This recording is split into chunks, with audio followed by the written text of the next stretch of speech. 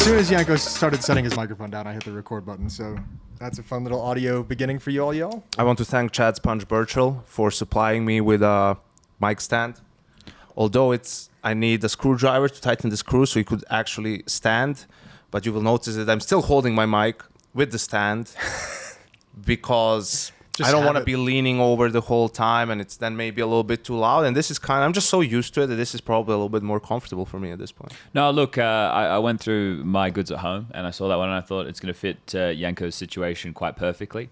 I did just have Arabian Night playing in my head. Obviously, we are from in Aladdin? Saudi Arabia. Yes, and then I was like, well, okay, where was Aladdin set? And obviously Agrabah, but Agrabah is not a real place. Surprise. And apparently the original Aladdin folktale was set in China, though the Disney version setting, Agrabah is a fictional city inspired by the Middle Eastern and South Asian locations like Baghdad, India's Taj Mahal, Marrakesh, and Morocco. Yeah, of course. They had Mulan as well. You want to spread it out. Did that say Baghdad is considered South Asian? It said, let me go again. South Asian, comma, Baghdad, comma? It said Arabian influenced imagery. Oh, no, wait, I've read the wrong part here. By Middle Eastern and South Asian locations. Right, yeah. That makes My sense. geography is not great, but right now we are on the continent of Africa. I'm not contesting anything. I'm not even touching it. In between, yeah. Sounds great, Chad. It sounds exactly I think right. it's also you also, I don't know how many people know this, but the map that you're used to seeing, like the Mercator map of the world, it's completely false. Oh, in yeah, the sense of, I mean, the Earth is flat, guys. The Earth is not round. The Earth is a sphere, but it's made in a way. It was made like in the 1600s or something by this dude called Mercator, and it was supposed to be that it's that way to simplify trade routes for sailors, and but in reality, Europe is way smaller than you guys think, and presented on most world maps that you see. Africa is huge, South America, huge. So, maybe look that up. So even what you looking at right now is wrong. Well, this is the thing, right? Like, I don't know much about the world. I really don't know anything about the world. I try just to know about the Counter-Strike. But I genuinely thought that Saudi Arabia was part of Africa, but it is part of Asia. Yeah. So just looking at this map right now, I've realized that it's connected. They are connected. Like Egypt, right? Sure, Egypt is Africa, right? Yes. Okay. Well, with how close it is, I'm going to say... Yeah, we'll just... It's in between, Yeah. So at least. We'll give it to you. At least I didn't say it was on the continent of America. Yeah. North or south. That would have been a big mistake. Right? So... that would have been concerning. Yeah. So we've done okay to kick things off today. That's not too bad. Here's what else, in terms of not knowing where we were going to be.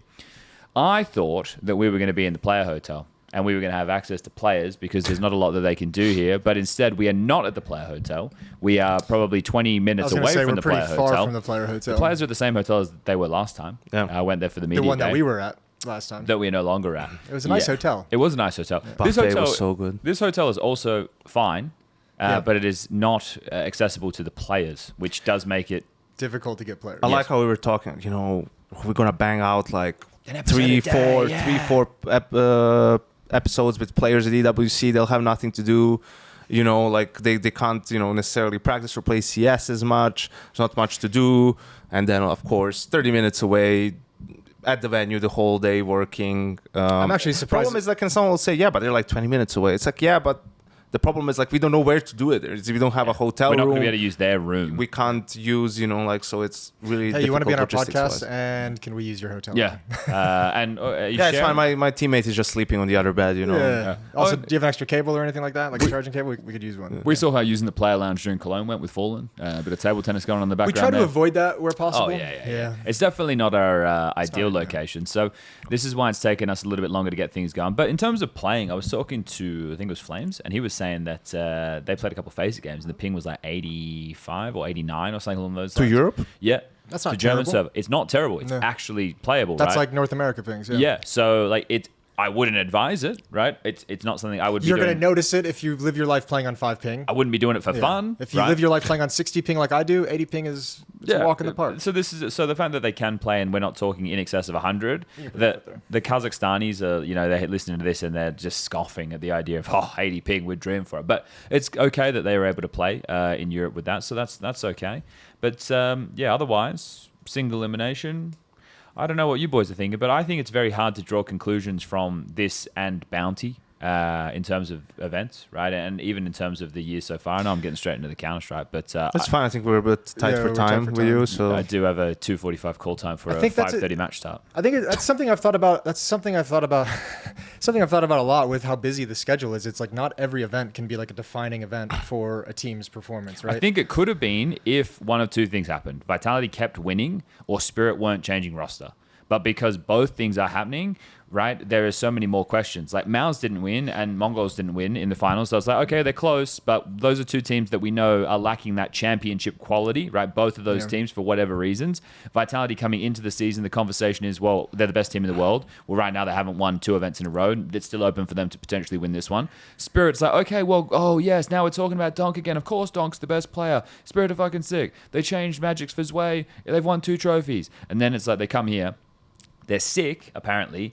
They're replacing Zontix for Tania, and they lose to Heroic. So, right, and then at that point, it's like, okay, so where do you even place this one? And then you go into the next event, and it's like, well, Spirit have just added Tania. They're not going to be ready yet. So, realistically, right now, with the way that this is shaped out, it's Vitality's event to lose. So, we're back where we were when we started the season, and it's tough to place. And look, I don't think, like, I was looking at what events coming up next. Not all the best teams are at Bounty, right? Like open. Open. Or Fissure. Or Fisher.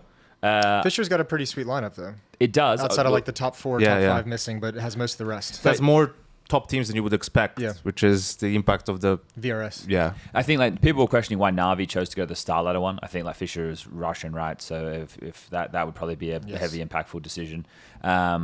So they're going to do the Star Ladder one. I think EPL is the next one with a lot of big names. I don't even know if it has it all, but it has a lot of big names. And I wonder if that's part of the strategy, because we hypothesized about this when VRS came out. Is like if you're a team and you see all these top teams going to one event, like there's probably some intelligence of going to the event where a lot of the top teams actually aren't, where you can maybe farm a couple wins off a team. The only problem is when the invites come out. Well, and it's also online, the Star Ladder. Is it The online? group stage is online. The group stage is online. But it only has 8 teams. Or maybe that happened now, and no, it's going. The part Na'Vi is on LAN. Yeah, I think. Are they skipping the online stage? No, I don't they're think there's. invited directly to like the. I think the main event. I think it's an 8-team event, and the close qualifiers that just happened were online, and by making it, you're in the LAN spot. I'm pretty sure about that. I'm checking. Yeah, no, it's that way. Because the qualified, like where was it Iberian Soul? What were they playing where they beat? I think it was that. Wasn't that They where they beat qualified for Fnatic something. the other day? They did. That beat was the somebody. name I was surprised to see from our boy Udnud, when he was saying, "Oh yeah, they're in a pretty good spot to be at the major." I'm like, what? Yeah.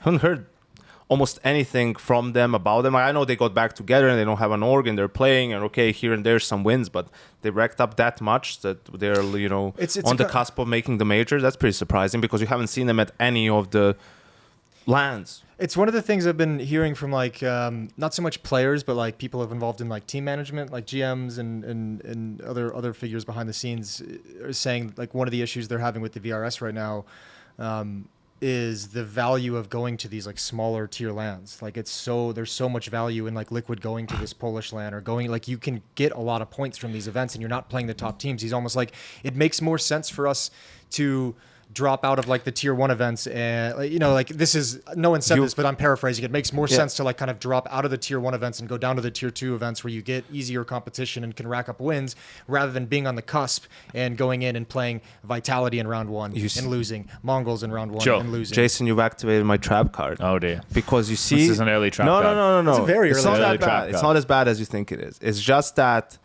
Isn't that what we complained about at the start, and that was worrisome that there's no value in playing tier 2 events?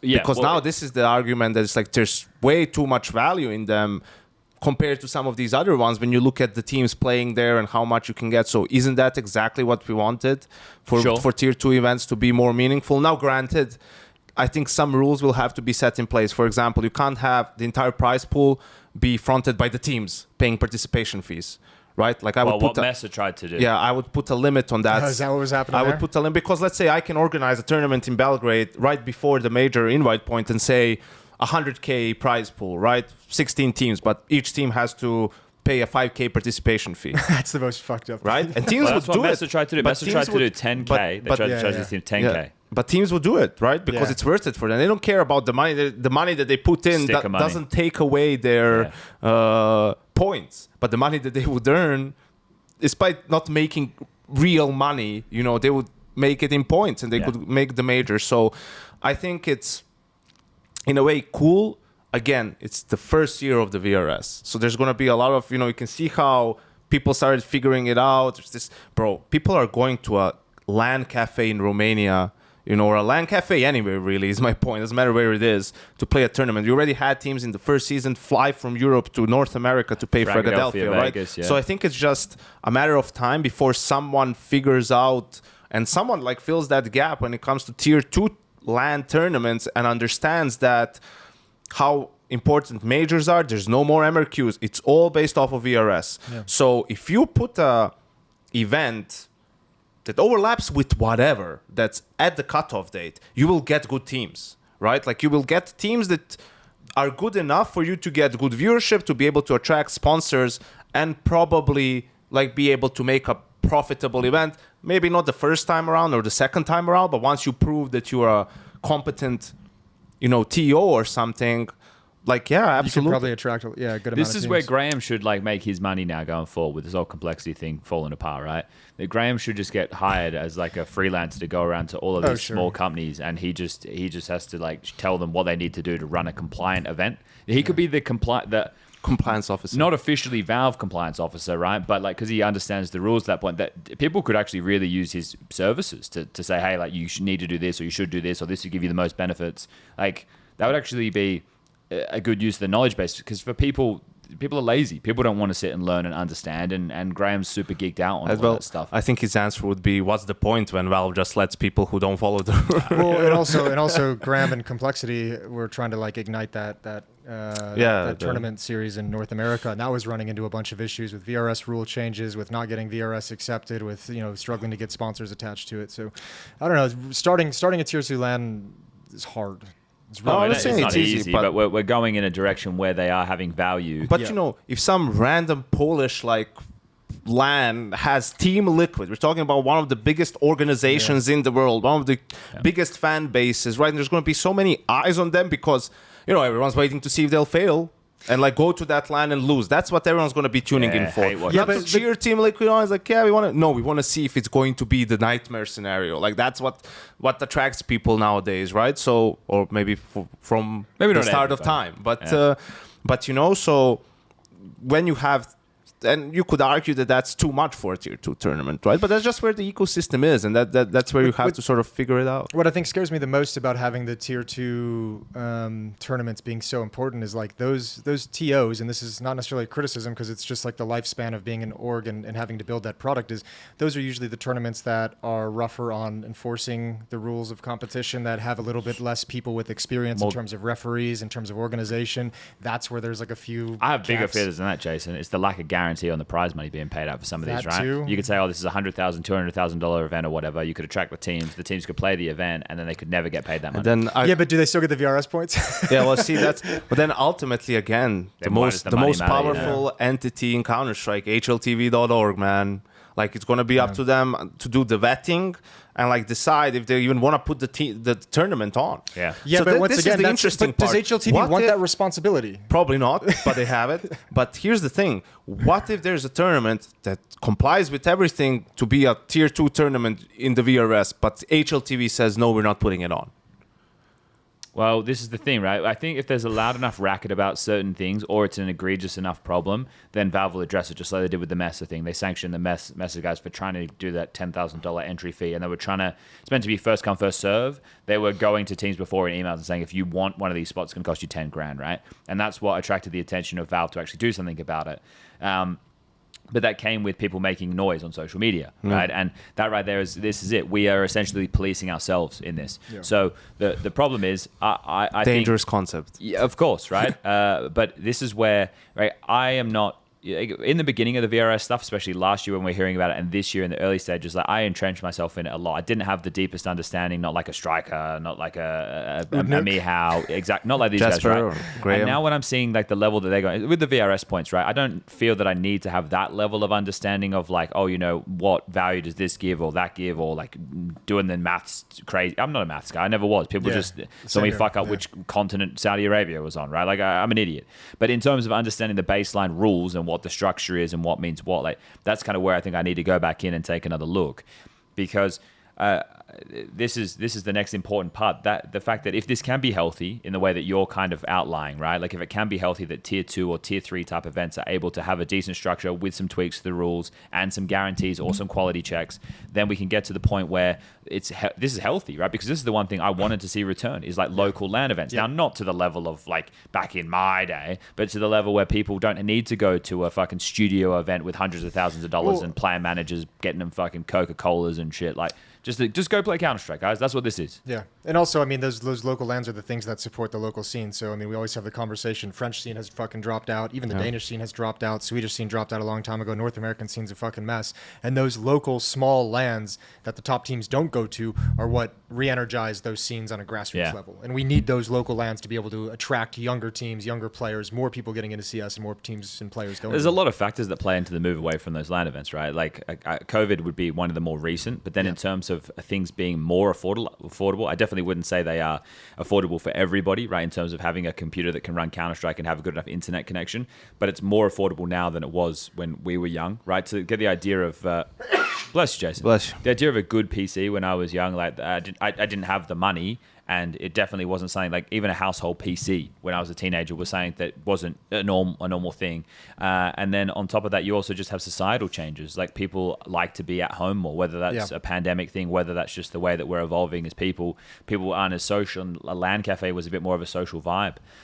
So there's like multiple factors that have played into that. But the return to that, like this is good because if Valve have a model that works for Counter-Strike, they didn't have one that worked for Dota. I know they're different teams, but the DPC essentially killed Dota, right? Like it didn't function the way they wanted. I mean, I'm not super knowledgeable in the Dota scene, so we don't go too deep into it. But yeah, DPC on top of I think the international just being the only thing that mattered. Plus the game being like harder to get into for a casual, right? Like you needed to either be like a Dota player from the mod days, or you needed to get into it and really be engrossed those games by where you have to know 4 skills for 80 champions, and then you need to know what like 30 different items do. And if you're like a new viewer, you're just like, what the fuck's going on? Exactly. All I see is colors. That's why I think League is having a tough time recently, and obviously that's going to be one of the bigger problems for Valorant always. When you go back into that game and there's 72 new characters and all of their abilities do something different. It's like it's not just about shooting, which Counter-Strike on the base level is about shooting, right? It's the nuances of that makes it so attractive to everybody. We're not getting we got one new grenade with the addition of CSGO, right? And that's it. And we like it that way, right? Yeah. And you're seeing how people are tweaking and understanding all those details. And then something as drastic as changing the textures on CT Spawn Ancient can have a huge effect on how people can approach the game, because you got to relearn the smokes and this, that, and the other, right? I almost made like a fucking meme tweet at CS because I love when they update things and it just seems like the most innocuous update. And the one that you're referencing is like, rechange the roof decals in CT Spawn Ancient. And I'm like, great, I've been looking for that. Sweet, what a change. And then it is like, oh, but actually that is actually used for like 3 smoke lineups, and now it's all fucked. And then they changed it back, right? Then they changed it, reverted it. So then I'm like, okay, so I just spent like. I didn't take that long because the lineups are very similar. Yeah. There's like I spent time trying to relearn something which is not even about shooting anybody. It's just about blocking a choke point, right? And then they reverted it back. And it's probably still some nuances. I haven't been able to get in the server since they dropped it back because we've been here. Yeah. So, it's a bit different. I think that also tells you how much the game and the players have evolved, right? Like when you started out to play even pugs, and before you even were on a team or anything, you were...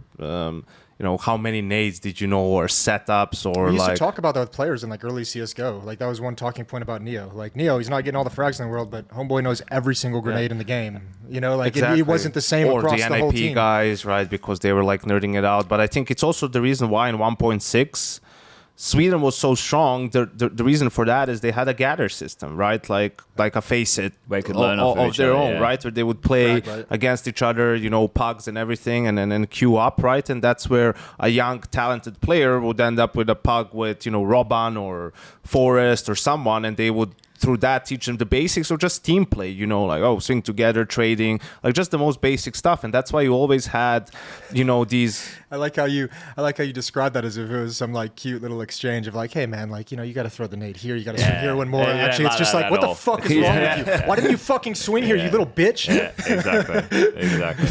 If you don't let go of shift right now, You baiting fucking. and that's cunt. why they were always Swedish, like or Nordic mixed teams at some of these lands that were always dangerous, right? Like because they had a base level that was higher than some of these teams, and they were usually playing very loose and no pressure because they're a mix, and that's why it was annoying. But I think this is like a cool moment for me to segue into something that people have been asking on the Discord too.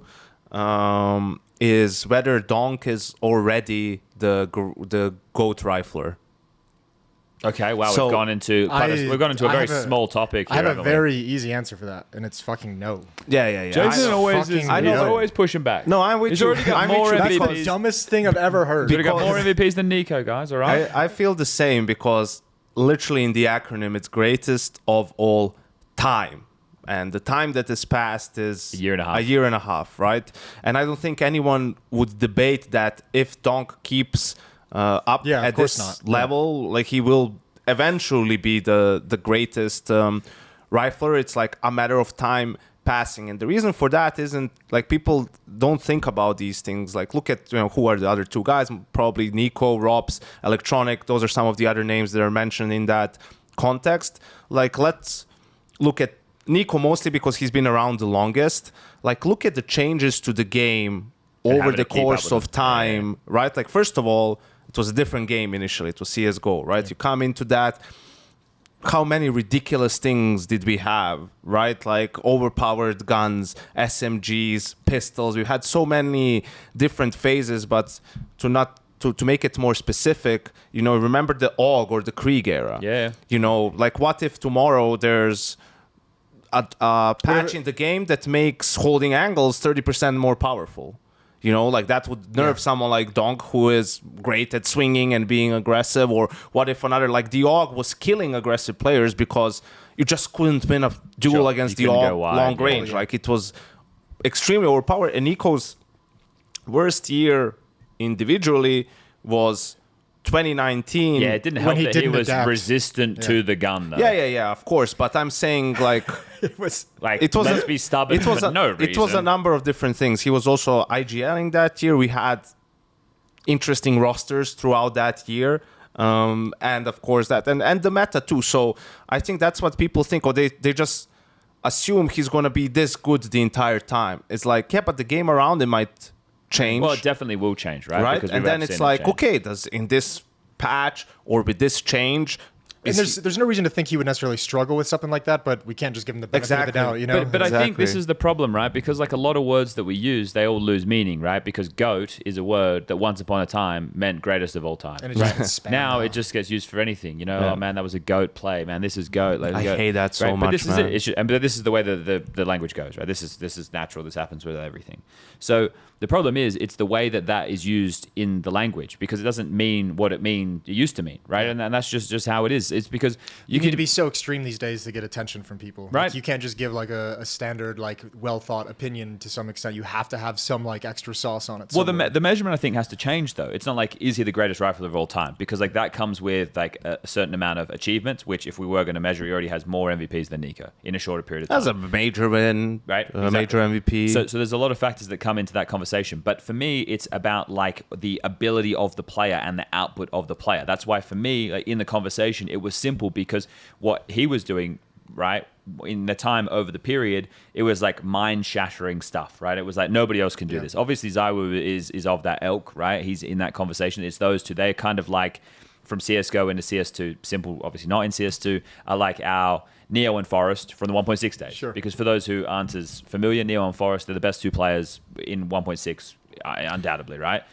Then in the modern game, like Donk is Duncan did a nice like VO piece, Yeah, in his that's edited, right. right? And it's the way that it talks about Donk, and it's like, yeah, he never expected Donk. I think I might have butchered the line there, but the way that he's framing that is true. Like the way that Donk came onto our screens, the fashion in which Donk is so dominant, the fashion in which Donk is an aggressive rifler in a history of time where AWPers have always, in CSGO and into CS, maybe CS2 a little bit less again, because of the nature of the game, but AWPers have always been the best players. Yeah. Now Donk as a rifler and an aggressive rifler, not a beta, not somebody who's, just playing late round situations, a guy who's doing it all, is able to get 2 when most players would get none, right? And he gets 2 and then he's frustrated that he didn't get the 3rd. He's like, oh man, why didn't I 180 flick into that guy's head? I knew he was there. It's like, bro, you're already doing things that we've never seen before.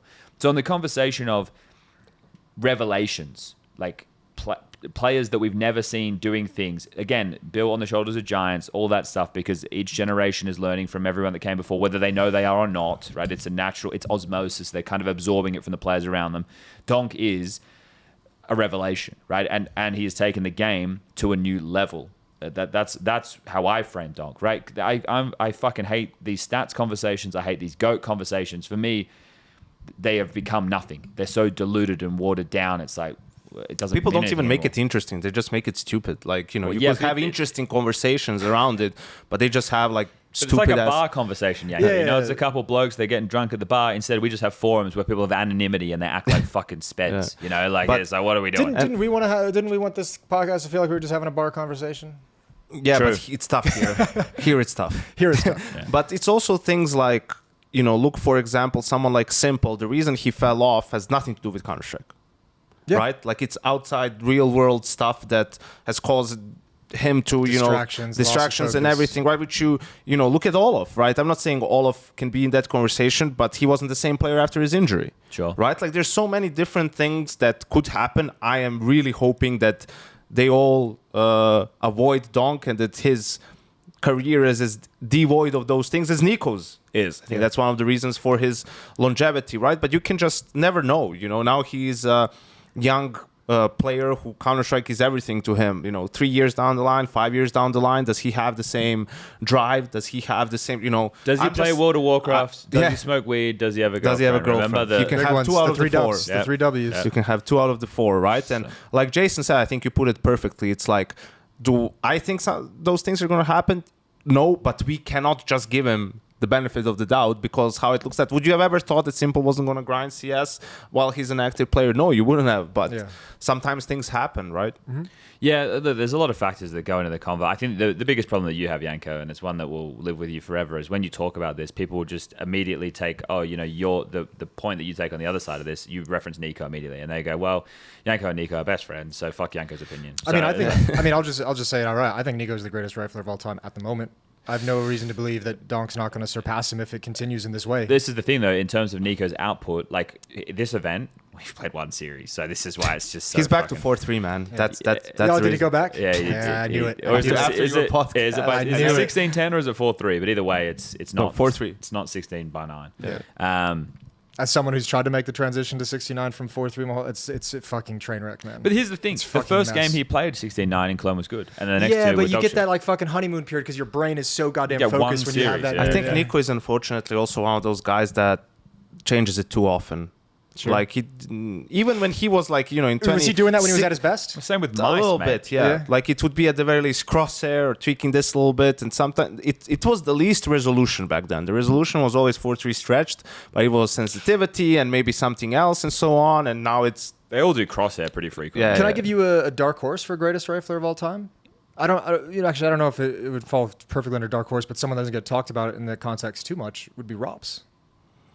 I think Like, he's look at how mentioned Rops is definitely... playing. Like, he's like, But Yeah. then, okay, but this at is the end of his thing. career, surely he's Are we gonna. just talking it's- CS:GO, CS2? Yeah, we probably should. Because then at the same time, it's like then you have to bring a Neo or a Forest into the conversation. Yeah, I think it's hard. It's hard going all the way back to 1.6 because so much of it is going to be anecdotal, right? Of course, but Yeah. so is even early CS:GO days stuff. Yeah. right? Like, I understand we have a lot more of it on record, Right. but the people who are talking about it today, Jason, I'm sure a lot of them weren't even fucking watching back then, right? Yeah. What percentage? And Yeah, then, their first game was How many people CS:GO. saw Garrett and Forrest play in 2014? exactly. Yeah. Well, but then how many people saw? 2009, Yeah, 2010, yeah. right? But that's Like- my point, right? Like, and then there's us who haven't seen Heaton play in 2002. So well, Jason would have. I did, yeah. Jason did. Yeah, yeah. Well, I saw some videos A little of bit, or yeah. something like that, you know. He was good, man. I remember there was like it was, you remember the what was it? It was like it was an acronym. It was YT. You're the YTMND? Yeah. Remember that? You're the Yeah, man now, You're the dog. Man Now, Dog. Yeah, and there was one of Heaton on there, and it was like him on Inferno on the B bomb side or something along those lines, and it's like, I am Heaton. I kill everybody on the opposite other team every round. I like Nike, and that's how it ended. Right? I don't know if any of our viewers early will know memes. that. Right? The But early that- memes. Yeah. And that was the thing about Heaton back then. And that's about it. I knew of the guys like Fisker and Potty and all these Yeah. names. Like you knew of them because we used to have in the LAN cafe. I'd go to 4Play Games. Gareth, the owner, he just used to have a shitload of frag movies, and on the TV when you'd walk in, it'd just be frag movies from like the early CS days, all day, and you're just getting fucking indoctrinated into the cult. And I think it's normal that newer generations don't pay as much attention to it and don't care. Like look at sports, for example. I don't necessarily care as much for, let's talk about basketball. As a kid growing up, it was Jordan and the Bulls, right? Like, and obviously our national team and anything like that. But I didn't necessarily care about Larry Bird or Magic Johnson and the 80s era, right? Which was amazing, and those are like some of the greatest players of all time, right? But that's normal. Like you mostly deal with the stuff that you've been growing up with, but that's why you have people, not necessarily historians, but pundits of the game, and will take, hey, just so you know, this guy in his era was doing unbelievable stuff, and You appreciate Larry Legend now, though, right? yeah, of course. All right, I'm just making sure. I'm just what making about sure. Wilt Chamberlain? No, but it's like, I never Fuck everybody. Yeah. I like that, Chad. Good addition. I know nothing Good- about good basketball. contribution. other No, than it's conversation. that's It's a good a- shout. Wilt was a gangster. That's all I heard, man. Probably 10,000 women in his lifetime Yeah. is what he was talking Oh, really? about. He Yeah, was he slinging said he dick. slept with Oh, bro, 10,000 women in his life. It was mental. It's Really? self-proclaimed. Who's the Counter-Strike's Wilt Chamberlain? Boros? Okay. Yeah, no, he's up there. He'd definitely qualify, I think. Has to be a Brazilian, doesn't it? Yeah, it's probably FNX. Yeah. Oh, it would be But FNX. if it's probably FNX. Yeah, it would be FNX. It's not even a conversation. It's not a discussion. It's FNX. But also interesting, right? Like, it's very difficult for the riflers because there's no clear, right? Cold had an incredible peak. He was player of the year back to back. 16, True. 17 was the best player in the world. Yeah. Right? Like, but it was those 2 years and a little bit before, a little bit after, but it fizzled out. Well, yeah, and then... Whoa. What? You just Whoa. had a, Oh, I was... hey. Yeah, sorry, I was probably overly excited, but I was like, because remember, it's like an outside the Counter-Strike thing. We talked with Fallen in the last episode, and we asked him about Cold, and it was basically like distractions of trying to bring the business side into it, not really being motivated by that side, but being kind of forced into it by people around him who wanted him to build him up to be a brand that could match what Fallen's able to build and do. And it's like you get into those things, and that's where you kind of see that drop off, lack of motivation. Started going to the gym, focused more on other things than he was on Counter-Strike. And I think with Electronic, it's also, there was a period there where he was really, really good. The Navi years, he has some accolades too, but do you feel the peaks were as high as Nico's or even as Rops's? Like, Rops and Electronic are really similar in terms of roles to an extent and everything. And it's also the last couple of years for Electronic haven't been great. But then you also look at it, that Navi team fell apart for reasons nothing to do with Counter-Strike. Yeah, well, right? Like, yeah. What if that team after Stockholm could have just stuck together? Yeah. Who knows, right? And that Boomish sucks. never proposed. there was- Imagine. Yeah, he fell into the woman trap. He fell into the woman W. See, there it is. And we'll add another W to it, War. Yeah, well, of course. Yeah. Right. Well, that was obviously the main one that put the stresses on there. And I think it will be an interesting conversation also. For example, I've said it multiple times. I think Nico will win the most trophies once he becomes an IGL. Once he switches to that role, that's when the accolades will come mostly. But for how him. does that impact his legacy? It feels like a meme. That I'm Yeah, starting but that's what was I gonna Well, get into. How do you factor that? Let's say if that theoretically, it can be Robs, so it isn't Nico every time. Let's say it's Robs, right? Robs And becomes an in-game leader one day. becomes an in-game leader 4 or 5 Definitely years from got the now. personality for it, doesn't he? Right? Let's just I don't wanna stick see with that it, guys. world. Stick with it. 4 or 5 years from now, Robs is an IGL, and the Okay. same thing happens that happened to Apex, right? Where he, finds renewed success late into his career into another role? Like how much would those things factor into talking about? Because when we say greatest rifle, we're thinking just greatest star player on the rifle. Yes. Like impact of the rifler. So that I wouldn't guess- matter then. I guess really. the example would I be don't think Apex, because we don't talk about him in the context of being a greatest like entry fragger. No, we say he was an entry fragger. Yeah, he was right? an entry fragger. And he was an entry fragger who won a major, right? So like but now he's won 2 majors as an in-game leader. So his career is pivoted. I think it would be under a different conversation. It will be a player. It will But be just the unless- greatest player. Unless Yeah. Nico is, right, delivering the same output that we can expect still now, right? Let's just use the one game that they played in this tournament so far. To that level, and then there's a conversation. But then does it fall under the guise of, well, wow, now this guy's the greatest in-game leader because of his output while still calling? So the conversation kind of shifts. Sorry, I should have used Rops, not Nico. But let me ask this, right? Let me ask this, because you're saying Donk isn't, right? You're saying Donk isn't the greatest rifler of all time yet because of the lack of longevity. But did you put him in the conversation at all? Or has it not been long enough period of time? Because even if his career tomorrow Donk goes, I've played enough, I've had enough, and so, but does he not enter that conversation because it hasn't been a period of time that you guys deem long enough? He's not in the conversation in my head. He's not in the conversation of one of the greatest riflers. So top 10. I need look. This is the same thing as like the Vitality era conversation. Like I need some time. Like if you're gonna be in the conversation for greatest, I have no doubt he's gonna be there. But no one has been as dominant as Donk on the rifle. Yeah, but it's only been a year and a half. But nobody has ever been this dominant. It's I not know, like but it's only one been tournament. a year and a half. It's been a year and a half of this. How many bad tournaments has he had? Maybe 1, 2, There you go. 2 maybe. But I mean, still, if you're going to be in that conversation, you need a body of work that's longer than that. I don't He's care already how got dominant more you are. MVPs than Nico. Okay, what if he retires tomorrow? Is he in the conversation? I think so. He has to be, in my mind. Come on. I think it's tough. How could he not be? You need more time. I There think- has to be like I don't know. I'm not saying number one, Yeah. right? I'm just saying within of more the greater, like, again. This Well, I guess term here's is the next level of the conversation is, there's going to be so many riflers in that conversation if you want to go, especially if you want to go all the way back to 1.6, is like, at what point is he in the conversation? Like if we say who are the top 5 greatest riflers? This is what I mean. Is he like This is what I mean. I think he's peak, and he's so good that he has to be in the conversation. I guess by but- having this but- conversation, he's in the conversation. But I think so there's meta. there's an asterisk attached to it, albeit a very weak asterisk, right? Because the chances of things taking a different turn all of a sudden are very slim, right? Is Cold Zero in the conversation? Well, that's the thing, No. right? Okay. He was the best player in the world 2 years in a row. And was incredibly dominant. And he's never mentioned as the greatest rifler of all time. Yep. His name is not even brought up in that It's conversation. true. But Gatrites is. Yep. But do you think that Cold Zero has tainted his legacy because of what's happened post that period of time? So do you think the longevity of his career has actually hurt that? If Cold Zero retired Yes, after 2017, probably, yes. would it be a different conversation? Yes, No. it would have. No, not for me. Well, that's it. You have more rigid definitions, right? You have what, and I'm not The saying only, that's the a only bad real thing. rigid definition I have is like the length of time. If you want to be in the greatest, like I need more than 2 years of you. You don't need to be. Well, the no, we best every covered this single with the year, era yeah. conversation, Yeah. right? So like it's kind of you can't use the same criteria, but you are using maybe similar periods of time.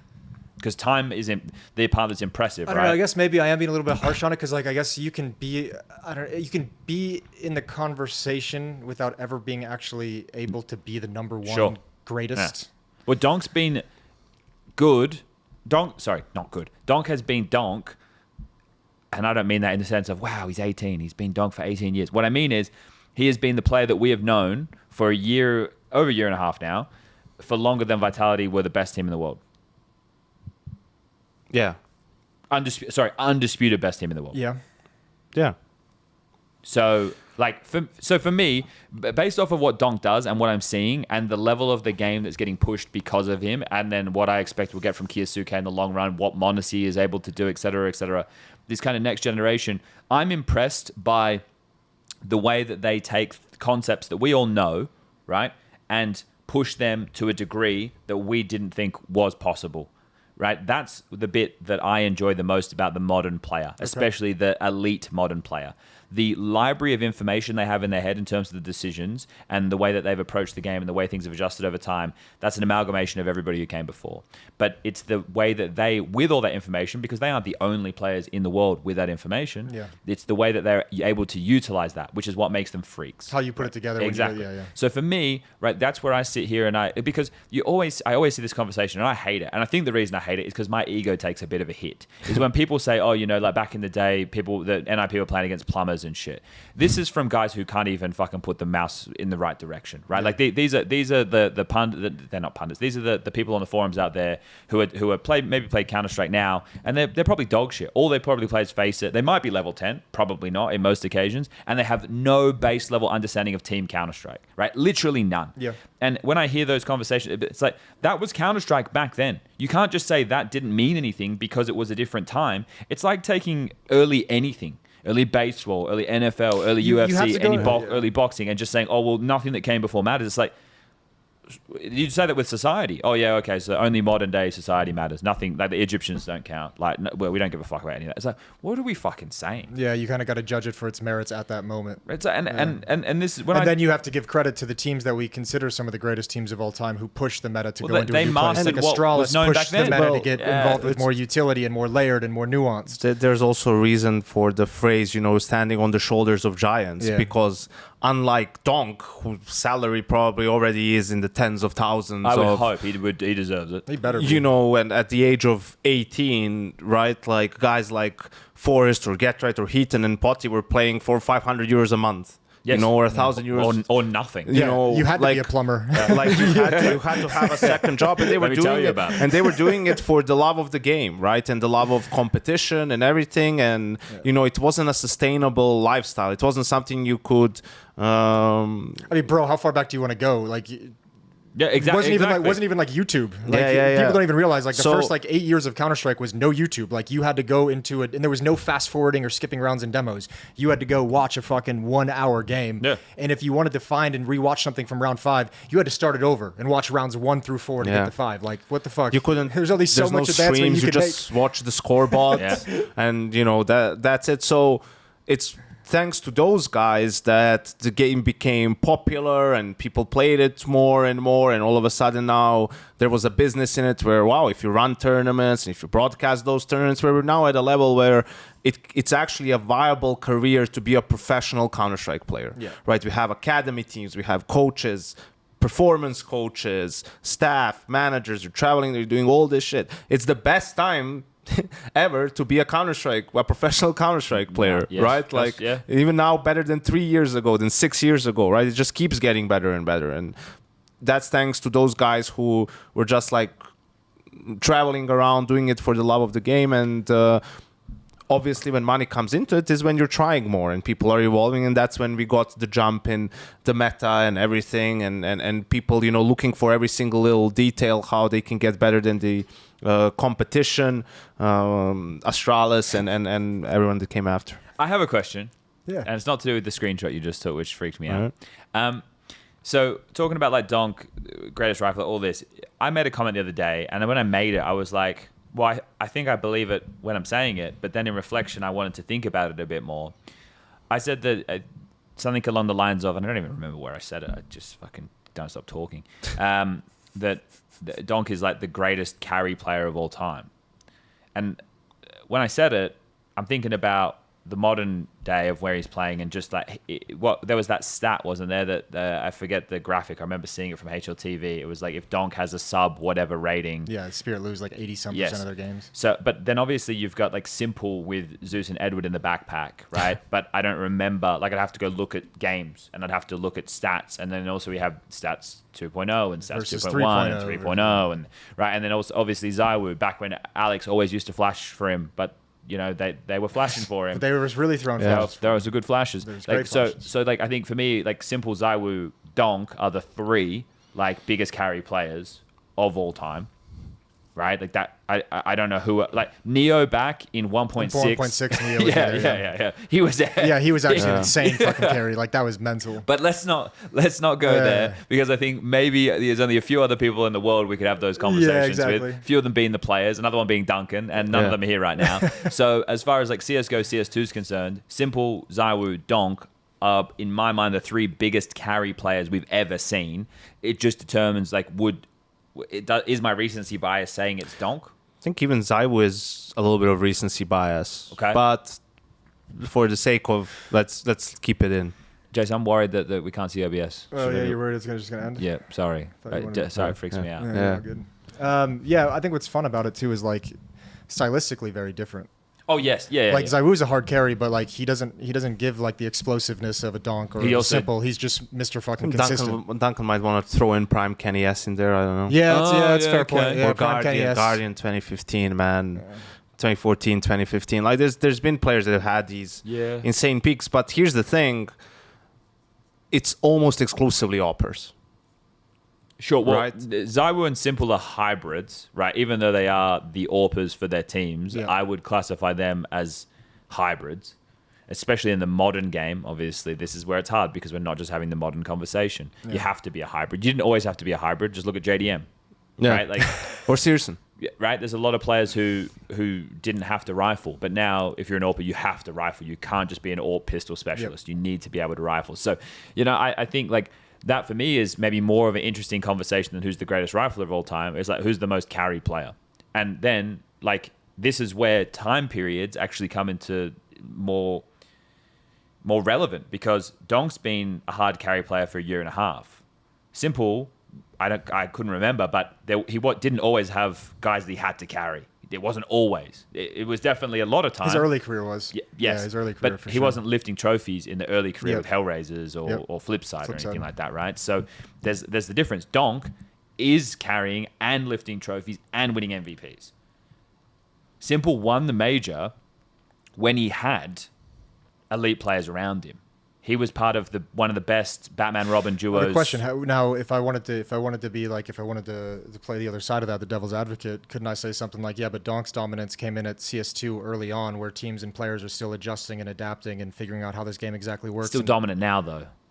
Yeah, but I would actually argue that I don't think everyone's really the old players haven't really gotten the fucking CS2 shit down perfectly yet. Well, definitely not in terms of the micro of the movement and the little crouch tap and everything along those lines. And it's hard to teach peaks. an old dog new tricks. But this is why somebody like Yakinder I love, is because his micro understanding has evolved because he talks theory of the micro, whereas I think players stop talking about those details, some of the older names, as to why that they like Fallen obviously and he said he had a sore pinky finger from trying to do the crouch exactly shit, but I think at a certain point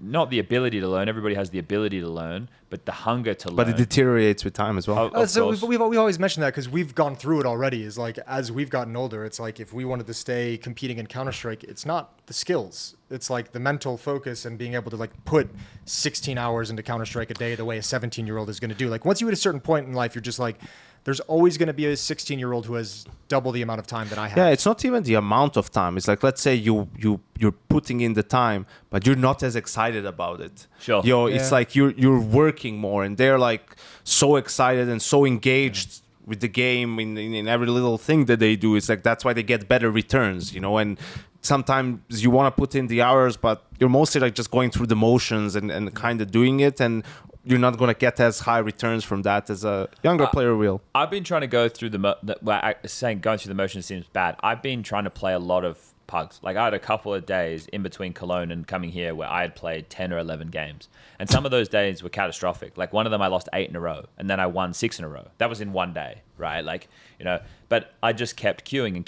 And, I had a couple of teammates that weren't the nicest people and I would just mute them and I would just play. And I don't really let the things get to me, and I have the other team muted. So if people talk shit, I don't really know. Yeah. Like, so I try and like eliminate the factors of having these disruptors, because in Face It Pugs, those things can really throw you off. I find on the weekends it's worse because you have people who are not at school or not at work, and they have decent elo, they're playing, And they're blowing off all the frustration built up through the week. exactly. Yeah. And I look, most of the time, Speaking from experience, Jace. We've all been there. most of the time I'm going in and I think I have a pretty good attitude. I would say above average. Yeah. But sometimes I can also not have the best attitude, and I can be a bit short with people and stuff. But I know that like my output in those games is rarely about the fragging. It's more about making sure I'm in the right place and getting that kill that I should, or throwing the utility to set my teammates up and stuff, which Face It Pugs are not designed for that. They're designed for people to run around and be individual while having base level opening moves. So like I do find myself a little bit out of the water, but I want to feel fluid within the game because I watch so much Counter-Strike. That's what we do. Yep. You know, I study the game as part of my job, and I want to be able to put some of those things into practice. But when I'm at a corner and I'm going to go for a peek, I'm not thinking, should I be close to the wall because it's an AWP and then I can swing wider? You know, those things aren't natural for me right now. And that's only going to come with the more I play, because if I sat back and I watched it, I could go, oh, you should have done this, or you should have kept moving, you should have been jiggling. Like, those things I can identify. But in the moment when you're like, okay, hands on the mouse and keyboard, input of all the information, everything that's going on, being able to do that naturally, that's not there at the moment. It's one of the things I discovered when I was, not discovered, like I kind of knew it, but the extent of it shocked me, of when I was coaching with Liquid and talking with those players and talking through different situations and their decisions in different areas. And they'd be like, well, this smoke and this flashbang were thrown, which made me think that this was going to be coming. And then if I take this angle, he might be able to see my gun barrel a little bit earlier. A shadow is going to show, you know, like all those details have to be processed so fast. And the only way you get through them is the reps. Sure. Because like you can't necessarily make those decisions in the moment and be ready for the fight. It just has to be there. You just have to know this is the route I run. Yeah, that stuff becomes intuition at some point, right? Like they don't necessarily actively think about it. They just, from the reps, They just fucking know it. like understand, all right, with this, so much utility has been spent, can stand in an off angle, you know, and then get a kill or But that's something. the build-up of the whole game, though, right? Like, so you shoot the baddies, but you also have these tools at your disposal. The tools are your choice of weapons as well as the utility, and then the timing of which you're going to meet in choke points. Yeah. So it's like when you think about, okay, let's just use Mirage, the most basic example. So the A guy, the guy who's going to run with him is going to molly A ramp for him, so that the A guy can stand behind triple and flash middle for the mid guys, so he doesn't have to worry about that. And then they're going to focus palace or smoke palace, and you know, see whatever the next move is going to be. But that right there is just such a normal, natural thing. I would expect most players who play Counter-Strike at any level to understand that. But that's built upon, so what's the threat? And it's what you say, you know, like, okay, so in this type of round, you know, which bomb site can you lose the quickest? You know, what's the quickest way to lose this round? So it's like overpass, it's the B side. That's why against an anti-force or an anti-eco, it's probably a good idea to start Set a third player, 3 or 4, start 4Bs, do player 4-1, right? Or, you know, and those things right there is, this is what I always wanted to do on a Pro League broadcast. I always wanted to treat it like Counter-Strike school and like start with the base level. Okay, so if I have the best spawn here on Ancient and the T has the best spawn, what is the first point we're going to find contact? Spawn-based Counter-Strike 101. But just to, and you build on top. It's like, okay, so we want to do this, so we want to block it, or do we want to fight it, or how are we going to fight it, or what advantage can you take from this? And I wanted to get to a point we never really have had the time. That's where it all starts. That's where every strat, every setup, every protocol starts from that. Like long dust too, right? What the two things that can happen is they can have a guy peeking it at, actually multiple things can happen. Like have a guy just peek it with the op or with an AK or whatever, just stand in the corner and peek. They could do a long rush with multiple people running out with flashes behind them to take it and fight there. They could try to have a guy jump out, sneak behind blue, right, with the best spawn, and just and you know why that happens is because, let's say the counter is, all right, if they're doing the peak or something, you think that's going to happen, you would smoke from elevator or from wherever, you'd smoke, but that smoke lands a little bit later, takes like right? 4 seconds, and the fast one, 4 one point guy something. would smoke and flash, and a teammate would maybe Molly just blue, molly blue because, you know, but that came because, okay, if they throw the smoke, I have a timing where I can sneak blue, and you don't need to throw me anything, right? Or maybe just throw one flash like we do every round just for the sake of it, so they don't know if we're sneaking out or not. Then the molly blue comes in, right? But now this guy could, and that's how the layers of all the plays start happening, right? Because losing long early is a pain, right? Yeah. All of a sudden, You gotta push up a dark, everyone knows. or I do we was so take shocked when short? I saw, it might have been either Spirit or Fury, I saw, which are good Dust 2 teams, and I saw them lose both short and long at CTs and stand inside for like Crazy, right? Yeah. Not try to, because that's like the nightmare scenario. You cannot hold A if you don't have short That's or long, how you would right? show people how to split a bomb site, Yeah. right? Like, Right. Guys, this is how bad it can feel. Yeah. So, and if you lose long, well, now you're forced to take short, right? Go into that sort of where you can get mollied by utility and hurt by utility, or then you have the set plays with the defensive smokes, with the flashes, with waiting, like there's all these layers, and all of that comes from the and first if you ever thing. want to know how hard that shit is, especially on a professional level, pro teams still get stuck in that like silly mistake of not having long and not having cat on this too. I see it all the fucking time still to this day. It happens, but and I think also the important thing here is you look at Shady? Yeah. Chad was right. Chad was right. Chad was right. Chad was right. What'd he do? Chad was right. Let's see. FaZe benched on Elige benched on FaZe. Sure. It's official. All right. It's official. Oh, he's not going to Liquid. Yeah, okay, Jason. He's I know I'm he's not. It's the not Elige Liquid trade that everyone is like fantasizing about coming is not happening. So I just want to throw that it- out there. And it's Talking Counter exclusive. It's never been said before officially. I'll say it officially as being part of neither one of the organizations and having talked to none of the players involved in the transfer. It's not happening. But who used to have an affiliation with Team Liquid as their coach. Yeah. Just do with that what you will. But I made a tweet, like a facetious one, not facetious, but like one that was based on nothing, classic Talking Counter baseless claims. A while ago, and I was like, swap Twist and Elige on FaZe and Liquid, who says no, right? That was from nowhere. That was just like, I thought that would be good because like I don't think that Elige works on FaZe. Obviously, FaZe don't think Elige works on FaZe because they've just benched him. And I think the Twist going back there doesn't seem like he's having the best time on Liquid. However, that's aging differently now. It feels like he's back to delivering more, and I think having Flashy there is going to unlock them. But I digress. Then Overdrive either said something on a stream or made a tweet or a telegram or whatever, and then people were like, "Oh, this is like a real rumor." But I think his was kind of the same as my type vibe. I don't know, but I don't think he was like, "Oh, this is 100% happening," and then it kind of circulated as a bit of a quote unquote rumor. But we've had this chat before. Maybe it was in the last episode. I don't know. But there's a lot of people in our Discord who, what they do is they take a look at Elige's stats and they go, he's the second best T-side player in the world after Donk. And they sit and they go, man, there's absolutely no way they would replace fucking Elige. They have to keep him. Saw the the tweet best from player. Duncan as well, right? With the stats sheet from when Elige had like 50 some kills in that series they lost to Yeah. EWC, Yeah, and he just said like, "Oh, Elige was the problem," like the joke, facetious angle of it. But this is the thing. If we were GMs of FaZe or coaches of FaZe and we were the high level management people and we were making choices that didn't bring into the personalities and the way that the team has functioned up until Elige has joined, then maybe we would make decisions where we keep Elige and we build around him. That's not the way FaZe functions. We all know that. Mm-hmm. And the thing is, people, when I say this, because I've been saying this for a while, I'm like, I think that Elige is the problem. And people are like, no, but look at the numbers. I'm like, it's not about the numbers. Yeah. There is obviously something fundamentally flawed with the way that Elige and the rest of the team function. Of course. I mean, we said that when he first got picked up by FaZe. It was like, cool, but FaZe loves to operate in chaos with no structure and improvising as they go. And Elige is one of the players who needs structure, who wants structure, who thrives under structure. Now, he's obviously got, again, as you're saying, good stats, but that doesn't mean that he's providing any kind of cohesion with the rest of the players. Exactly. But everybody just defaults to the stats and goes, they can't replace him. They have to replace that bum Rain. You mean the guy that everybody who literally ever plays with him say he's the greatest teammate ever? And people just look at numbers, man. And this is my problem with the modern day. And it's been like this forever. It's back when I was playing too. People would always be like talking about stats or looking at stats. And so there's so much that goes into Counter-Strike. Imagine you're the B guy on Mirage on the CT side. Yeah. And they go middle and A in 95% of the rounds. And most of the time, you're retaking in number disadvantaged situations with incomplete information, and they're already entrenched in jungle, they're in window, and you're having to fight some of the hardest angles in the game. It's like, oh, and you didn't get many kills? Yeah, you have to take fights from B market all the way into the A bomb site. Yeah, good luck, bro. Have It's fun. like, oh, and you're saving more, and you're finding exit kills, which are trash kills. They don't really mean a lot. And it's like, there is everything in Counter-Strike is contextual. If we wanted to rank players, they have to be ranked based off of their role on teams and where they're actually doing, right? And if they're living up to that standard.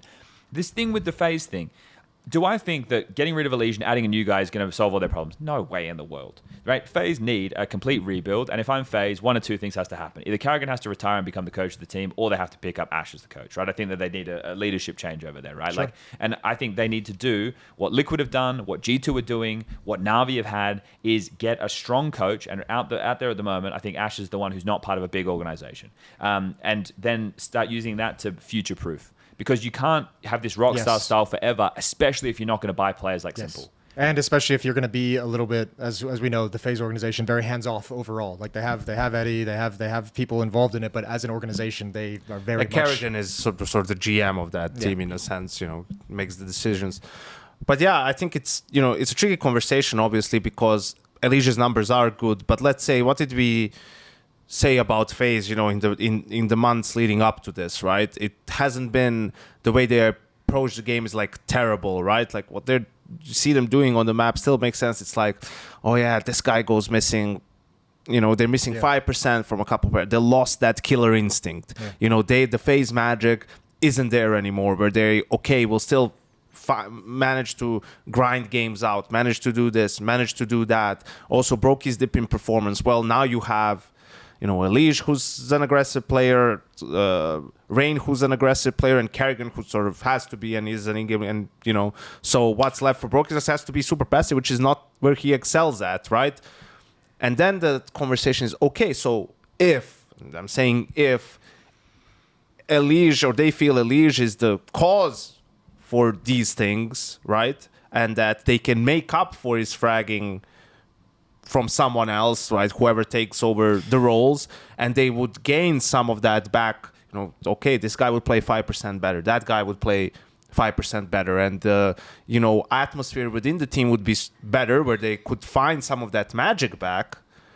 Because the body language isn't good. Ooh. Like we've seen it in the last 3 or 4 tournaments. I don't know, man. 3 or 4 vlogs. The same thing happens to them. They win map 1, sometimes even dominantly. They go to map 2. They usually start off poorly, and then it becomes worse from that point on. They're not competitive on map 2, and then they don't show up to map 3. Like, it's a mental thing, right? Like, and it doesn't matter the maps. None of that matters. It's just they completely sort of fizzle out. Well, you want to talk about getting 5% out of some other players now that Elige is gone. I mean, one of the conversations we had when Elige joined was all the role changes that Rain had to go through, putting him in weird spots. That was a sticking point for you. So all of a sudden, if Rain's able to get back into some of those original positions that he was playing, maybe you get that 5 to 10% more. Yeah, I'm interested to see what they do with this Jacob kid, because they were looking at him in the break. Is that who they picked up for temporarily, I'm assuming? I don't know if it'd be temporarily. It's not announced yet, but he did get his team, his current roster, said he's no longer. And he was being transferred to a tier 1 team. Yeah. So I am pretty certain it is FaZe that he is going to. But he's an aggressive Polish kid. More aggression. But this again, right? Because they've gone for a player like him, tells you. Or it doesn't tell you. This is the thing. We can either say the thing without saying the thing, or we can just fucking say the thing. Just fucking say the thing. It's got to be... It's attitude, right? So Elige's numbers are good, but obviously the rest of the team don't like playing with him. That has to be the case, right? That has to be the case. So then everybody, piece it together in your brain. Did Elige have issues with other members of Liquid? Yes. Okay, so let's fucking work this out, shall we? Just because he's getting good numbers doesn't mean he's good for the team. And if they're going to get another aggressive player, and then Rain isn't going to get all or many of these spots back because they want to use this kid in them, then that's telling you that it's not even the complexion of the way they're using their pieces that is the problem. And it's just when I read this shit about the stats, it's like, guys, it's not just about numbers. It's these are 5 players who have to travel around the world with each other, spend time with each other every day practicing. Compromise with each other on how they play the game, how they handle scenarios. Literally the tone of the way that you talk to each other and the way that you handle problems and everything like that factors into this. It's like a relationship with a partner. Obviously, it's not intimate, but you still you're probably talking with them more than you would with your girlfriend. Yeah. I bet Rain has spent more time with his teammates than he has his wife in the last fucking 5 years. Probably. I mean, just with Kerrigan than his wife, probably. Yeah. And it's like, so if they're not grooving, it ain't shaking. I think I think it's as simple as this, right? Like if you're FaZe, the management, right? Like there's 2 things you can do. If the rest of the players like don't want to play with him, or let's say 1 guy doesn't care and 3 guys don't want to play with him, right? Like you don't have much choice. You can either remove the player that they don't want to play with anymore, or rebuild the team. Rebuild the team and change everyone else, right? Which is obviously something that can't happen In the VRS, mid-seasons, yeah. but I don't think it could happen, or that they would want to do that. So You'd have to go out and buy a no core of matter a how team. great he's playing, if he doesn't have a spot in this team, if the rest of the players don't want to play with him, like, he's gonna have to be gone. I'm right? trying to see if they tweeted a reason. And or I also want want to say, like, I feel bad for Elige because he took a big risk. He moved continents to play for FaZe Clan, right? Which is Look, he'll get picked up. which is not easy. And he moved to an international team to sort of, he went from complexity, where he was by far the best player, to FaZe Clan with the hope of lifting some trophies and competing, you know, for tier 1 tournaments. Yeah. And it just hasn't worked out. And it sucks. And I'm sure he's gutted, right? And whether this will require a little bit of a maybe attitude change, or he just needs a different environment in which he could thrive, that's up to him to figure out. But I'm hoping he's able to bounce back from this and just doesn't, you know, take it too hard. I would wonder how the interactions went and how the experience was, but is there some logic in him fucking knocking on the door of BC game and simple and being like, hey, bro, looks like you might need some help? Actually, probably not the worst suggestion in the world. I mean, really. as long as like the Dallas and Major shit was okay with them, between them and all that kind of stuff. But Just Elige and Simple on the same team again, playing tier 3 online Counter-Strike. I mean, Why not? they'd probably smoke everyone in front of them. You need a wellness check after each game, man. Like, They would smoke every team in their path. But like, so Elige needs a system-based team, right? Yeah. So I mentioned a bunch of coaches before that I think bring that. And here's the thing: when I Game said, Legion. but like, if Sorry. Game Legion wanted to sell PR, right, for a pretty penny, and then get somebody like Elige, that would give them experience, which is what I think Game Legion are missing in certain situations. Apparently, Game Legion are looking at getting Grix. That's Maybe the they new rumor could- going around Okay. to replace Kersey. Sure. They're replacing AWPers fucking every day of the week. Maybe they could get Elige for Kersey, you know, at this point. But just no AWPers. No, just like, Actually, we've seen Rez back on the AWP. he's not him. No, don't do that. Don't bring. He was actually okay on the op, wasn't he? Shut up. He's okay. Bro, No. I just want to reference this, right? Because I He's was okay. looking at the Discord because I wanted to see this fallout, and fucking Bob's back in there, fucking off his tree again. And the thing, What's he doing now? You guys have an issue with Bob. Bob's cool with me. So, an issue with Bob, just some of his takes. but this is the thing, right? Like, people think that when I'm talking about this change, that I think this will make FaZe better. I just know that, I just believe that FaZe don't like playing with Elige, Yeah. right? So who am I? Right, to say they're in the actual I know fucking team. it's always the hard part of our job of being like hearing the stories from the players and saying like, and you get that impression of like You're they literally just don't watching like them playing with in this person. Yeah. You see how they interact, or more importantly, don't interact. Right. Yeah, and I think, and here's the problem, right? Compared to a lot of different environments and everything, it's like you spend so much time together, like you mentioned with Rain and the team, right? Like on the server, outside of the server, practicing, being in the practice room at the hotel, you know, traveling across the world together. It's extremely difficult to have a functioning team if the players cannot get along with each other on a basic level, right? I always hated when it was SK and Luminosity, we're brothers and we're, you know, like, it doesn't have to be that way. It could be that way. It's good for you guys. There has to be respect. Yeah. There has to be mutual respect, and that has to exist, and you know, everything else is whatever. So I think that's the problem. And I've been there, you know, like in teams and lineups where, you know, one guy isn't really there. It doesn't even have to be as much personality. He's just not fitting like on the server. He's lagging behind the other players, and then that seeps in, and it's like a virus. You know, every scrim is worse than it's supposed to be. Recapped my And you're entire coaching struggling, career. and you're struggling, and you can't like. You're not improving that much because the practice isn't good, because people are not enjoying being around each other, right? And you're still trying, because you're a professional. You're still doing In it. the You're prac still room, you're doing the practicing. strats, You're still yeah. having the team talks. You're still doing the VOD reviews, right? Like, you're doing it all, and you're having the discussions. But it's like deep down, you know what the issue is, right? Like, and then that's very difficult to get through, right? And we're talking about FaZe Clan, who isn't dog shit, right? But they haven't been a contender. They're meant to be a top 5 team in the world, and They're, right now they're, they're not. they're meant to be a contender, to be in the playoffs at least every single time, pretty much. That hasn't happened, right? So Also, players are kind of fucking messes at, like, not every single one, but a lot of them are in terms of like. Well, they're it's hard, imperfect. They're people. It's hard to get players to understand this side of our conversation, where we realize how important the mentality and the emotional environment. They're that the also team younger operates men, in. Jason. Yeah, That's the yeah, other exactly. thing too, I'm not like judging them for it. I'm just saying. Well, I guess I kind of was. I did call them messes. But like, how many times have we, like, I've heard so many times. Put Tobias back on, Jason. Stories of a player, guys. It's a computer. What's The that? OBS, Yeah, the OBS is still he's running. It's still running. It's a computer. Everyone chill the fuck out. It's a laptop. But like the amount of, like, I've heard stories of like players like telling their GMs and telling their teams, like, we have to get this player. This player has to get in the team. He has to be here. We need this player so much. He gets in the team, and a month later, this guy's like, I fucking hate playing with this guy. Like, what the fuck are we doing with this guy? And it's like, you just wanted him here 30 days ago. But that's why you have to have organizational structure proper, right? That's why we always argue that players should not have as much power as they've had in the past. That's the issue we have with Team Liquid. Team Liquid seems to be a team, an organization that players have a big say in it. And also, FaZe, we always talk about how hands-off they are, right? But you have faith in the players, their professional and everything. But at least FaZe have Kerrigan. But also, ideally, you wouldn't have this situation where it's come about liking, or not just for the rest of the guys, but for Elige as well. Like, he would be told, listen, this is Kerrigan's team.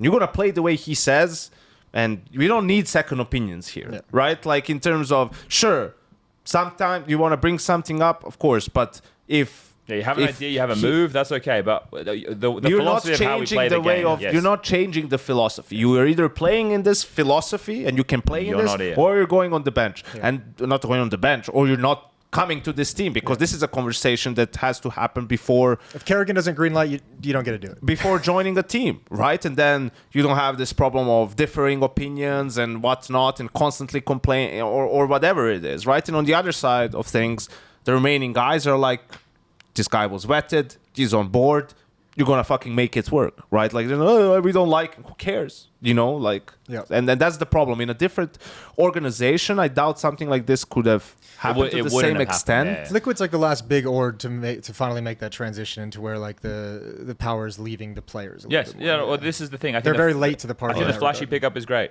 I think it's a very underrated pickup. See, for as much flack as Steve gets, I think this one was a home run. I think this is his best pickup since they were last good in 2019. Yeah. Right? And I know that seems crazy and it seems super early to say that, right? But I honestly think this is the best acquisition because... They had another pretty cool coach pickup, I think, but yeah. Sorry, Jason. You're right. I didn't say that they were all Zeus, bad pickups. Second time around. Then Myther, then, we go through... Myther. Mazda Rover, DeMar DeRozan. For me, Flashy, I think... Like, obviously, we need to see how he is in terms of the way he is with humans, right? Yeah. But in terms of his understanding and knowledge of the game, he wouldn't have been at Na'Vi for so long, right? And he wouldn't have been, like... He's obviously learned a lot within that time.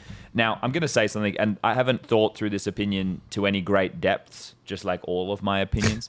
So I don't want to offend anybody else out there, but I think in the modern game, and I can't talk to Hallie and I can't talk to Xtaz. And I don't mean I can't physically talk to them. I can talk to them. But what I mean is I don't actually know their contributions. I don't It would be so funny if you just had a mental block when you see them and like you start stuttering. And I don't know. I don't speak Russian, so I physically probably will have a hard time talking to Hallie. And with Xtaz, his time as a coach has only been with Vitality, where you've had Zywoo. Yep. But I think that G2. Oh yeah, he was at G2, wasn't he? 9-month stint. Kind of a long stint. Yeah, but that stint sucks. I think the ending of it ruined it for me. Let's not get into that because we don't have much more time. So but finish the point, Chad. Make your point. Ash, who is in a team that he is overqualified for, I would say, and that's without him actually playing in a team with better players. Sure. But the what he's able to get out of his players makes me believe that he would be a good coach for a better org. That's why I was so surprised when he signed the contract with Game Release. This is the thing. I think eventually, if Falcons are smart, they'll get Ash. If they're smart, that'd be my next buy. Well, they just made $7 million, so yeah, kind of. You got some money. Saw, I really like Saw. I like Saw. Yeah. I think G2 has stuck the landing real well. Yeah, it's just some pious who needs to pull up his socks. Yeah, Blade, and I think Flashy will eventually join that conversation. Cyclone. Oh yeah, I forgot about Cyclone. Come on, man. No, you're right. I did forget about Cyclone, and I should because I said, Australis, if they had money, they should pick up Zipex as their head coach. Yeah, you're right about the Cyclone one. I should have had him to that list for sure. Yeah. And this isn't meant to dismiss other coaches, because I'm sure there are a lot. Like, I think Sid's obviously doing a pretty good job But with Fury, but I don't look at it the same way. Well, there's also a difference between coaches who can do a good job with a team that they have, and then there's coaches, the ones you listed, that have proven that they can do a good job Kind of with with the any team they team. have and continuing that success as new players come And in. teams that have IGLs that we know are very vocal and hands-on, it's more difficult, although not impossible, HLTV 2022, to give those coaches credit. Sure. Like Raban. Xtaz, because you have Kerrigan, you have Fallen, you have Apex, Yeah, right? Like that's true. Who do a lot of the heavy lifting Chad, for you those have a teams. call time at 2:45 in 30 minutes. So can we do like 10 minutes on just the tournament really quick before we head out? We Yeah, should that's probably just fine. Hit the bracket. Because I'm gonna come with you. I want to go change as well. Okay, well, I know it's just gonna be a quick turnaround. we didn't talk about FlyQuest at all. Obviously, kind of a big deal. Yeah. Yeah. But we can talk about the tournament. Yeah. Yeah. Okay. Yeah. We'll FlyQuest do will be another next one. episode. We'll do a We'll do a special FlyQuest special. FlyQuest. Yeah. I hope that FlyQuest get Azza to coach. Azza? That's what I Would think. he do it? I don't know if he'd do it, but I think that if I was them, that's what I would try. Azza can help Ins a lot, I think. Okay. Cool. You think he has the personality for it? For coach? I think Aaron is a... I do. You do? Yeah. Well, Yeah. I think he has. I Last think time he has the spoke head to him for it. was Maybe 7 not. years ago. No, I played some pugs with him maybe like 3 weeks ago or something like that. Yeah, I think Aaron's a good guy. Yeah. Yeah.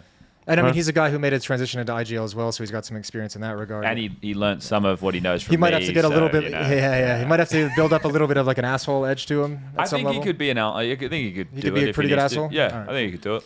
So Tournament. round one, some fucking wild upsets. Yeah. The biggest one obviously being the Spirit one, Yeah. but again, we touched on that at the start. There is the roster change, so I don't read into it a lot. And Donk also said a couple of them were sick. It was hard for them to talk. So I take that and I essentially I hate that. I put that entire result in the bin. So that means nothing to me. The Na'Vi loss though is a big loss. The Na'Vi loss for me Yes. is the upset of the round. Yes, absolutely. The fact they lost to 3D Max, which I know Yanko hates 3D Max. He fucking despises the French. You should Putain. hear this way. This guy talks about like shocks and Kenny. Sacre bleu. But that's the loss of the round. And I don't know what Na'Vi can do to fix their issues. Yeah, the problem with Navi is it feels like they need to change like 3 players. I don't know. It's like Well, they have. I asked you, I don't know if it was you or Jacob on the desk that I was with, but I was like, if let's say you're Navi as the organization or you're Blade, Would have been Jason and was you the first game. Yeah. and you want to win. You want to be the best team or whatever. Is like, who do you keep out of these 5 players? Who do you have faith in that can be on a lineup that Bit.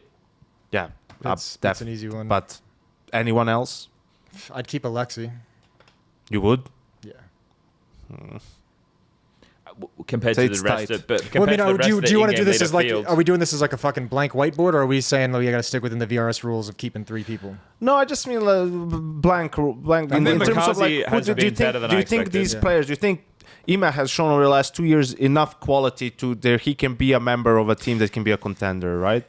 I know know these it- questions are a bit Well, silly because last year they were the best team in the world for a while and they had 4 out of the 5 guys that they have now.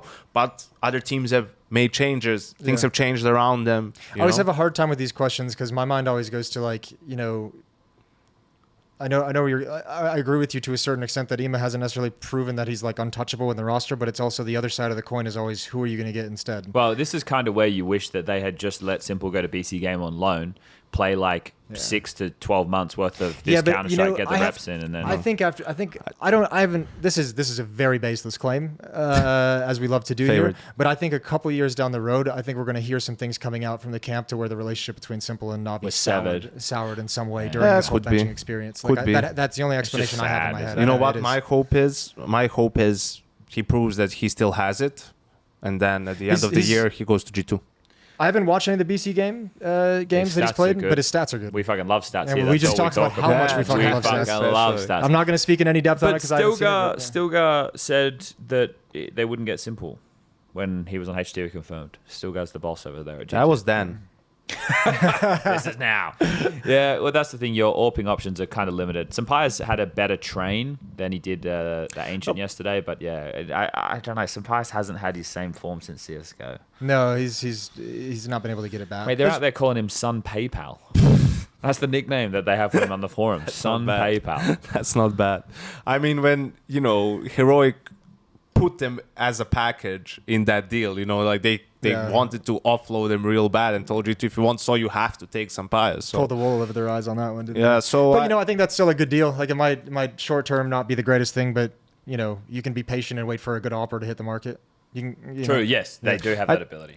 yeah, we'll see. I think it's also there's still who is the star on that, like, who's going to be the guy on that That's team. the thing that Pekka told me when lots of pretty good players. when I did the lobby with him in Cologne. That's the thing he said. He's like, we're shifting our philosophy of where we're not targeting star players. I know, no, but I understand you don't. Someone has to find but star some- output. though, Yes, yeah. who's going to be the guy? Right? Like, who's going to be the guy when it's 10-10 and you're in the quarterfinal of a major, and that who's going to make the play and say, hey, I want to do this play right now? Who's going to take that I don't initiative? think they're terribly far off from having some players delivering in that capacity. I mean, Hunter's playing really well individually as an IGL. I don't necessarily it's going to be him, but I think with The your pressure's G2, off of Malbs a bit, which is good. Like, he's no longer expected to be the second coming that's of why Nico. if you're G2, you're looking at the progression of Mobs and Heavy God to be and I like think two Mattis guys. is a sleeper as Yeah. well. Yeah. Like, once upon a time, Mattis was like back when I used to be deep in the fucking Skybox Edge. Mattis was the best cave player in the world Really? for a while. Yeah, Okay. it's not that anymore, but he used to be the best cave player in the world. Right?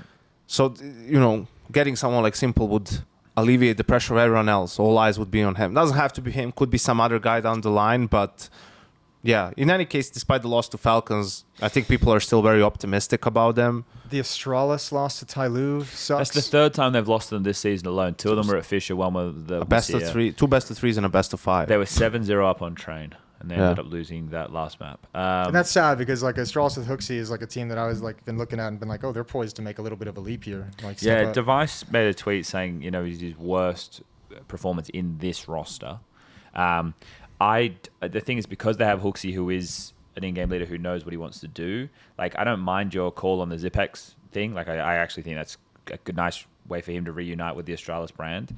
And I think, like, again, Rugger is one of these coaches which I just have a harder time being able to credit anything with, because OG never got better. Astralis hasn't gotten Astralis much better. Well, they got Up until the addition of Hooksy, were absolute dog. Actually, I would say over, the over biggest- three different IGLs. The biggest indictment of Rodiga is when he just came out and said like we never even considered Hooksy, And it's exactly. like, So like it's hard. Like Yeah. I don't have a problem with him. I just don't know what he contributes as a coach, right? Yeah. And that's I think there's a lot of coaches out there who maybe is still coaching in an old way. The coach now, I think, has to understand his players and be the one setting the agenda of what's being done. I don't think coaches in the modern game anymore can come in and be like, okay, guys, what would everybody like to do today? Oh, did you bring any moves? No? Okay, well, let's just play some deathmatch. Like, it's like, what are you, a fucking substitute teacher? Like, what are we fucking talking about, bro? But, yeah, I think for Astralis, the fact that that Tyloo got their fucking back doors blown off by Vitality, that's where it's like, where you can't beat... You can't beat Tyloo, who then just get ragged on by Vitality. How far away are you from actually being a good team then? Like that's the problem. Well, you didn't like that one, Jason? Yeah, that's fucking good. I've never heard that before. That's fucking great. honeymoon phase is definitely over. Well, that's the only way you get your back doors blown off. He's really enjoying this. That cracks me up. But yeah, some of the other stuff. What else did we have? The Liquid close game against Vitality again, if that means anything. I know it doesn't mean anything to you, Yanko. We did the desk. Means something to me. Yeah, there we go. Thank you being on my side. I appreciate that. I think that, like, even though they are losses, their last two tournaments they played Vitality, like that's their last two series, literally both. And I know both of the maps were like comebacks, so they weren't really in it.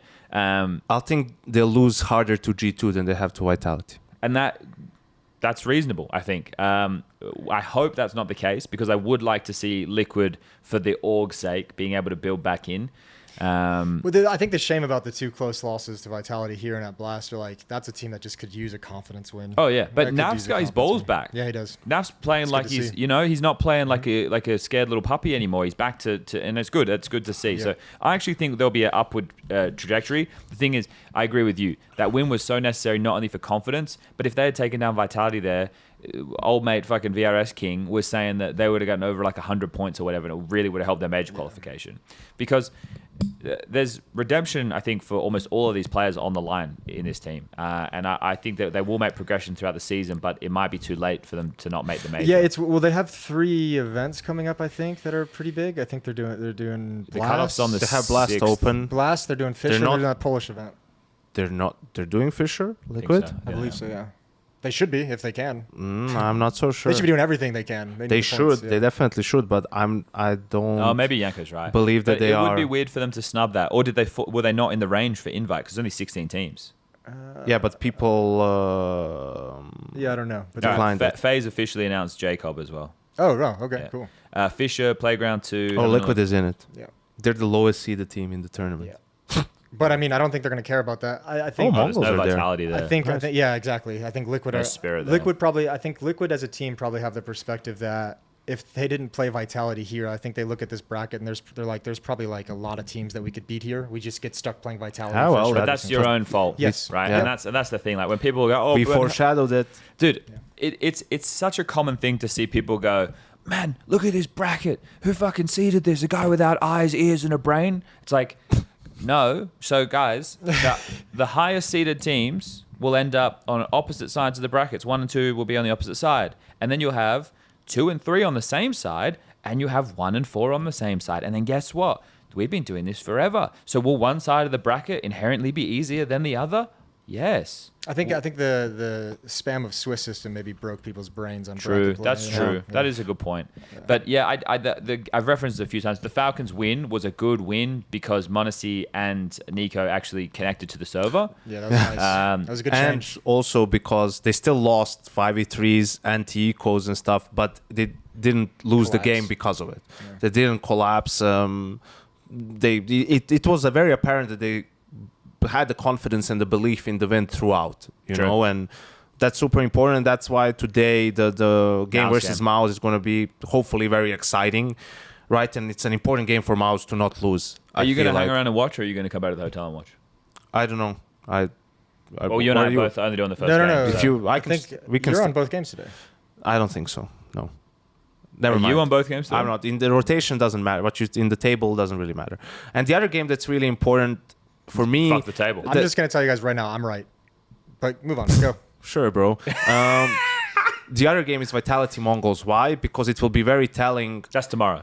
Yes, Yes. if Vitality just comes and beats them again 13-5, 13-7, that it was just a one-off at Bounty. Sure. You know, because that's I really am curious to see how the next time Vitality play Mongols, which is here, and Mouse, which might be here, might not be, how it goes. Because you could argue that the only reason that they had to lose eventually to both teams, right? And to Mouse it happened in Cologne, to Mongols it happened at Blast. Was it because they played against them so many times and, you know, whatever, just had an off day or weren't motivated enough at Bounty? Or did these two teams turn a corner against they? Vitality? Yes. Right? So that's why I'm very interested to see. I don't care about Aurora Heroic. I don't either, but I mean, Aurora should One of make those- the semifinals over them. Yes. And one of those two teams. Aurora FaZe was like, I was kind of mad. And I gave analysis that I usually never give and hate giving. I even used the sentence I fucking hate. I said, it just seemed like they wanted to win more, which is... That is the lamest sentence you could It say. is, and I've used it maybe 2 times in my 10-year career as a broadcast talent, right? But it was like that. You go back and you watch that game, and you watch the cameras and everything, and starting map 2 and Voxic, and you know he was being more aggressive, but he was also shouting. They were hyping each other up almost in the entire time, right? Like they understood that on map 1 it wasn't good enough. They were frustrated, the energy wasn't there and everything, and they turned that around for map 2 and kept it up on map 3 and just stomped FaZe from Well, that this is point the on. thing. FaZe knew if they lost, they could replace Elige quicker. So, you know. Yeah, they sandbagged it. They just needed the excuse. Yeah. So I guess to close out, any thoughts on Jacob as the replacement? I don't know enough about him. I don't He was decent. I did the PGL Bucharest where BetClick was there. Actually, they beat Mongols there and stuff. But their wins came from like snowballing good starts for the most time. But, you know, he is talented. He's 21. 21 years young. Only played on Polish teams. I think FaZe will just be happy. They're going to get a player that's not going to have an opinion, bro. Like, True. he's just going to do what he's told. Like, True. he's a grinder. He's a kid. Like, he's going to bring a little bit of extra blood motivation, Yeah. you know, and I think that's what they were also looking for, more so than stylistically or getting some super experienced veteran player that they could win. Now, you know, they were just looking for fresh blood. Chad's got a smirk on his face. So he's 21. He joins FaZe. Right? He only brings the average age down to 27.1. Because Carrigan is 35, and Rain is 33? 30. 30? 30 knows. Frozen's 23, Broky's 24. So unless it doesn't automatically update the average age, Yeah. which Broky's been on FaZe for 6 years, man. We brought him 6 years ago. That's crazy. It's so much time has passed. All right, I'm gonna shut this down so that we can go. We need to pack up. I need to go change so I can get down to the lobby in time. right. We'll do another episode on Sunday, maybe. Remember to like and subscribe. We're just gonna do it meta. We're gonna do it at the end of the show. Yeah. Yeah, nice. Yeah. Please.